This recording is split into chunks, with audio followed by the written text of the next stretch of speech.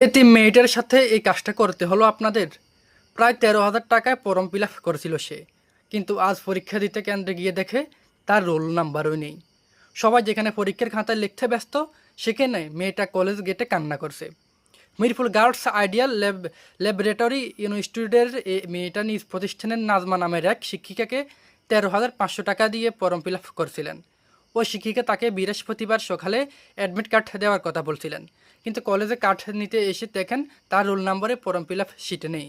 চিন্তা করুন তো একবার, একজন পরীক্ষার্থী কতটা চিন্তা থাকবে। এই কথাটা শোনার পর আর দাঁড়িয়ে থাকার মতো শক্তি থাকার কথা। এই পরীক্ষাটার জন্য মেয়েটি দীর্ঘ 2টা বছর সাধনা করতে হয়, মাথার ঘাম পায়ে ফেলতে হয়। অথচ এদেশে প্রতি বছর এরকম শত শত শিক্ষার্থী শিক্ষকদের অবহেলা স্বপ্ন থেকে বঞ্চিত হয় এই মেয়েগুলো। এই মেয়েটার দেখুন একজন বাবাহারা এতিম মেয়ে। মেয়েটির বাবা নেই, মা কষ্ট করে পড়িয়েছেন, অথচ তাকে যোগ্যতা প্রমাণ করার সুযোগই দেওয়া হলো না। এই দায় কি কৃতপক্ষ কোনোভাবেই এড়াতে পারবে না?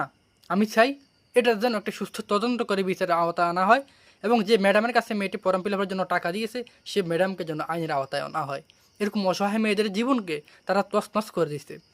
একটা এতিম মেয়ে, একটা বাবা হারে এতিম, মা কষ্ট করে ফর্ম ফিল আপের টাকাগুলো জমিয়েছে, এবং মেয়েটি সে ক্লাস 1 থেকে ইন্টার পর্যন্ত পড়ালেখা করতে কতটা সক্ষম, কতটা কষ্ট করে এসেছে, কতটা জার্নি করে এসেছে, সে মেয়েটি আজকে শেষ পর্যায়ে এসে এরকম একটা বেহালত অবস্থা হবে।